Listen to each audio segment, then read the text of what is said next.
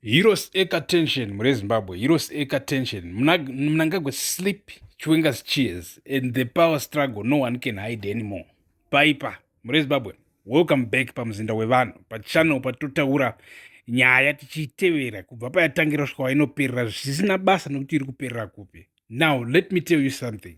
In Zimbabwe there are very few places more powerful than Heroes Acre. This is not just a burial ground. This is not just a national monument.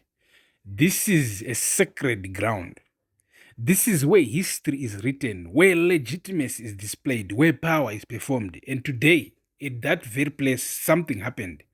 Something small on the surface, but something very big underneath. Because President Emerson Mnangagwa stood up to speak, and for a moment, he slipped. And the entire crowd, the entire country noticed. Now, let's start with why everyone was there. Zimbabwe had gathered to bury a liberation veteran, Air Commodore Simon Brian Bere, a man of the struggle, a man of the war, a man whose life was supposed to be the center of the day. But Mure Zimbabwe, let's be honest, that is not what people were watching. Because this was the first time the entire leadership appeared in public after Cyril Ramaphosa's intervention and visit, and everyone came with one question: what is happening at the top? Now, let's talk about the moment, because this is where things shifted. During this eulogy, Mnangagwa referred to the late hero by the wrong name, not Simon Bere, but something else. A small mistake? Maybe. But in politics, especially at that level, there are no small mistakes. Because that moment told us something. It told us that this is a man under pressure, real pressure, Zimbabwe. The kind that distracts you, weighs on you, follows you even onto sacred ground.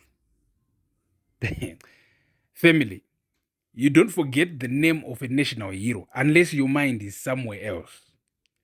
Now, listen carefully to what he said next, because this is where the speech becomes political.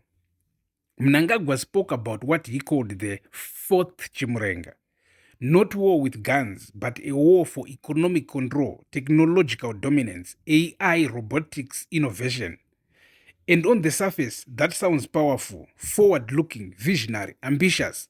But in the current context, it raises a question: is this a national vision or a political argument? Because when you talk about completing a struggle, you are also implying something else, that the current leadership must stay to finish it. And that is where Vision 2030 enters the picture. Mnangagwa repeated it again. Vision 2030, prosperity, growth, transformation. But Mure Zimbabwe, let's be honest, in today's Zimbabwe, Vision 2030 is no longer just about development. It is tied to one question: does he stay or does he go? Because critics are now interpreting this message differently, not as we are building the future, but as I must remain to complete it. And that subtle shift changes everything.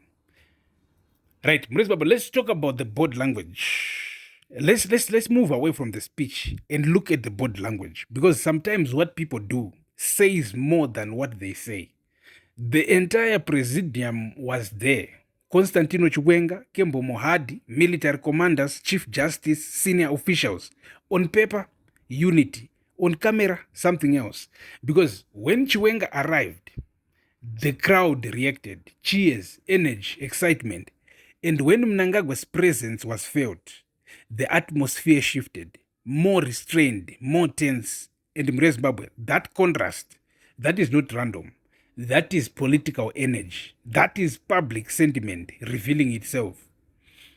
Let's talk about the reaction, because crowds don't lie. They might be controlled, they might be managed, but they always reveal something. And what they reveal today is that Chiwenga still has support, real support, emotional support, liberation-linked support. And in moments like this, that matters, because power is not just about positions, it is about perception, and perception is shifting.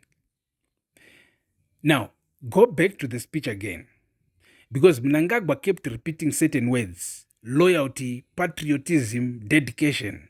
He called on the military, civil servants, the youth to remain committed, to serve with humility, to stay focused.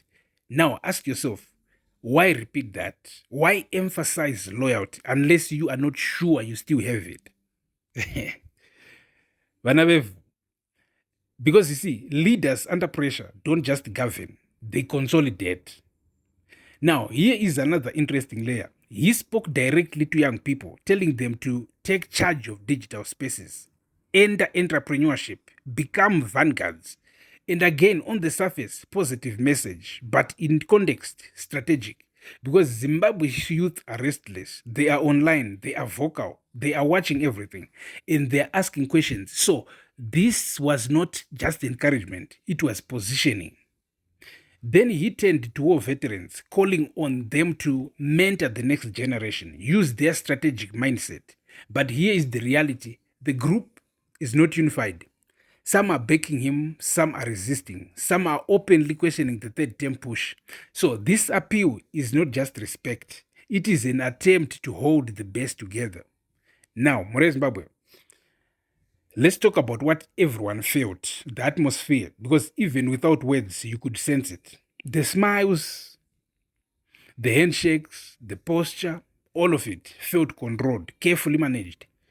And insiders are calling it exactly what it is: fake smiles. Because beneath that surface, there is a struggle, a real one, between continuity, succession, control, and it is getting harder to hide.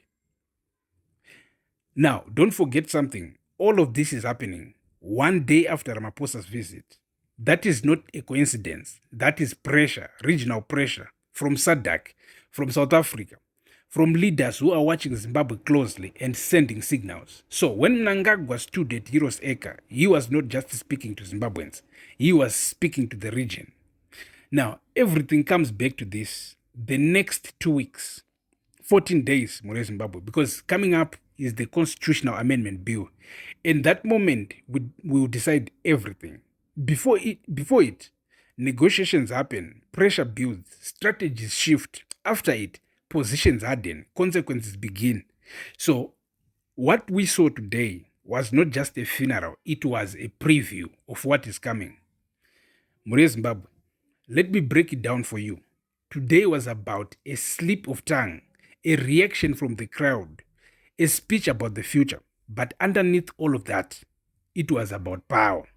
Who has it, who is losing it, and who might take it next. But when leaders look distracted, crowds shift their energy, messages become repetitive, it means something is moving.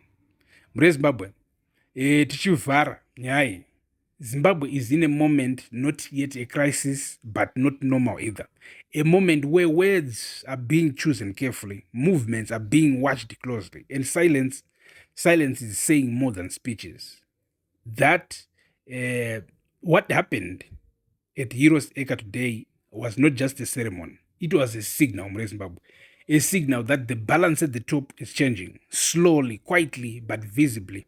So tell me, family, did Mnangagwa's slip mean anything? Was the crowd sending a message? And are we now watching the beginning of a transition?